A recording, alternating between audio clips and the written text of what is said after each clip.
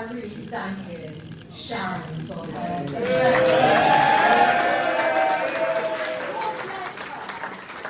God bless the government of Israel for everything you are doing and everything that you're standing for. We don't take this lightly at all. We are obviously standing shoulder to shoulder with you. And every single day throughout these tumultuous times, it's been really fair and accurate to say, Sharon, that we have just been soulmates together, standing firm against this awful Labour government and the type of direction that they've taken this entire year. And God bless you for everything that you've said tonight, and thank you for everything you've been doing. It's a personal honour for me to be here tonight, it really is, to be with friends. And guess what? That's what coming to Tory Party Conference is all about. But look, for all of us, this is much more than just being at our conference and all the rest of it. This is about Conservative Friends of Israel.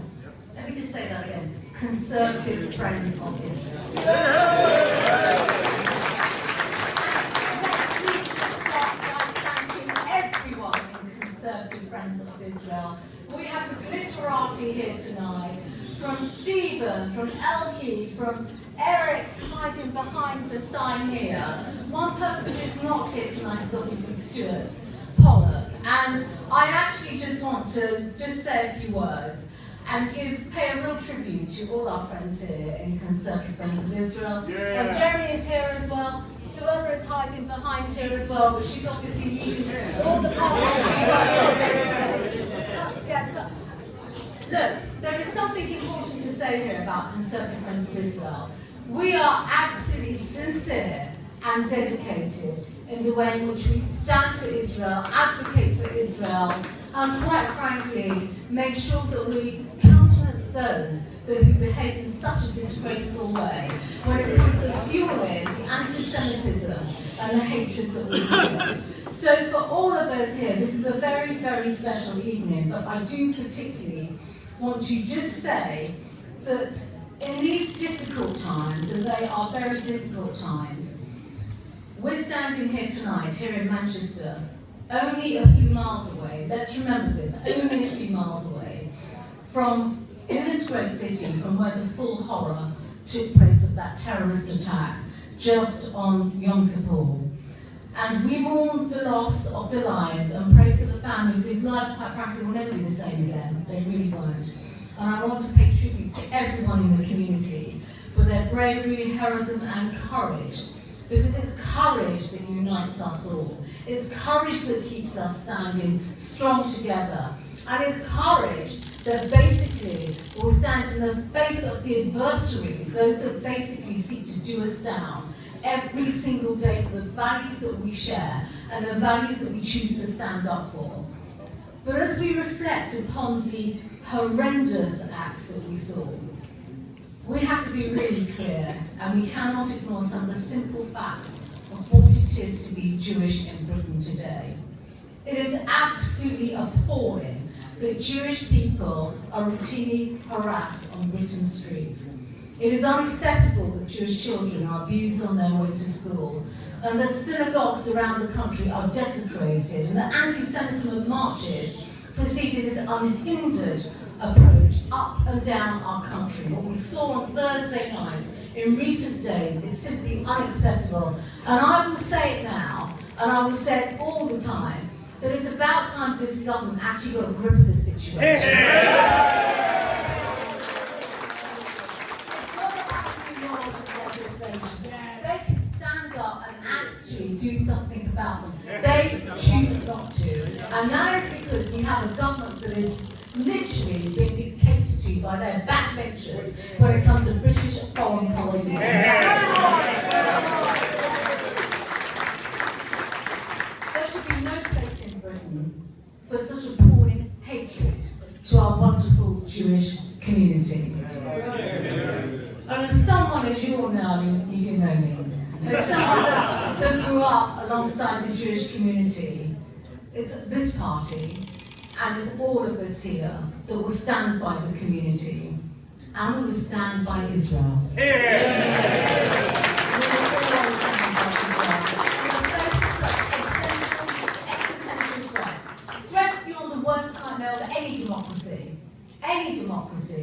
And let's not forget that. Israel is the world's only Jewish state in the Middle East, the only Western-style democracy, surrounded by dangerous actors who want to do them harm.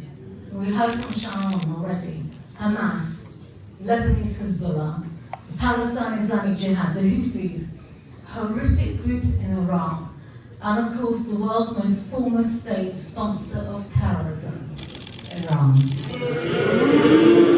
All of those who want to do harm to Israel, we know will not stop there. And they threaten our interests too in this country. Let's be clear about that. They do this all the time, which is why we will always stand with Israel. And friends, on Tuesday, it will be with immense sadness that we will fall silent to mark the second anniversary of the 7th of October 2023 attack. That harrowing day which showed the world the brutality and the horror of terrorism, what that did in terms of the whole impact, how that destroyed lives, but also did demonstrate Iran and the terrorist proxies, the way they conduct themselves and the harm that they will do in Israel to the Jewish people and to suppress the freedoms that we all fight for and stand by. We have all mourned alongside those families of the hostages, and we've all heard the harrowing testimonies from all people, including the likes of Emily Damari and so many others. We pay tribute to the respect and the bravery of so many on that day of the 7th of October, and that must never ever be forgotten. And we call even now for the release of every single hostage.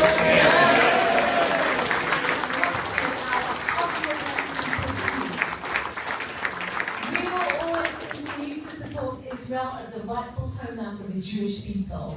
And that is why we have backed Israel's efforts to diminish Iran's nuclear program and authorize British weapons and personnel to defend Israel from attacks from Iran.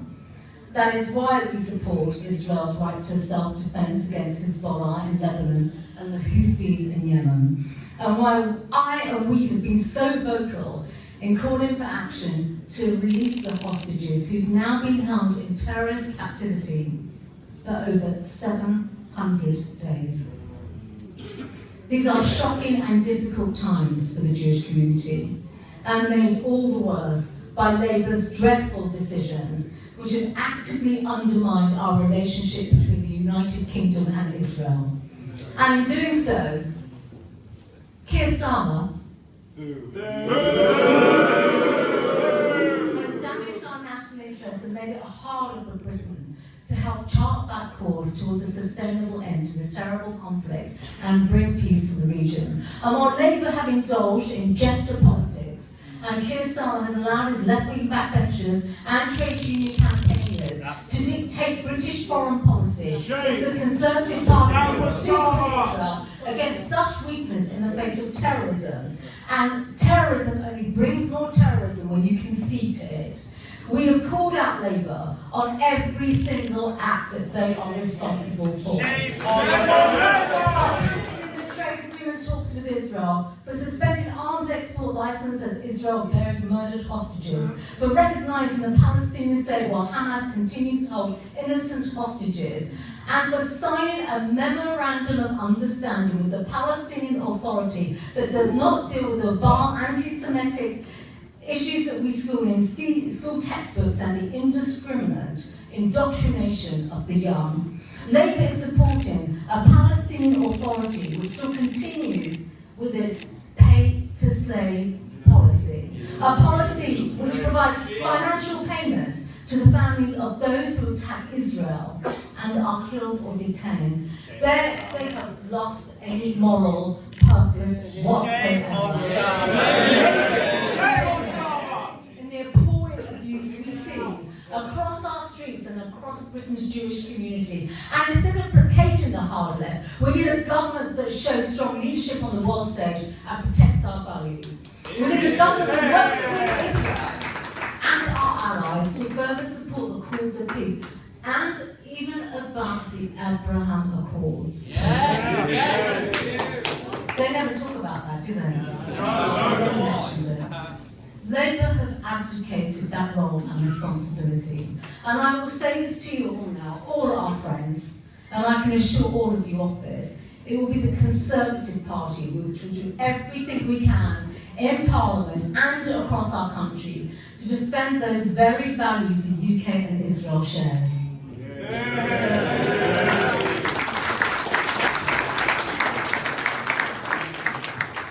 We'll also educate everyone all over again, because we must also remember why we are friends of Israel in the first place.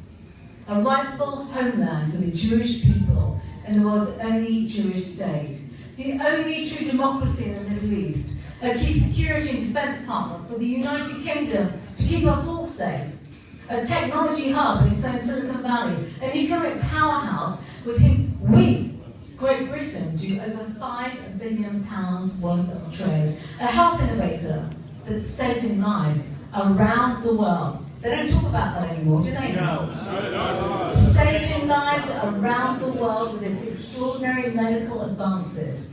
And we all know what Israel means to so many people in the UK and to the diaspora. Let me just say this as well. While the Conservative Party may temporarily be reduced in numbers in the House of Commons, I can assure you now, we'll be vocally as ever powerful to hold Labour to account when they abandon our closest ally.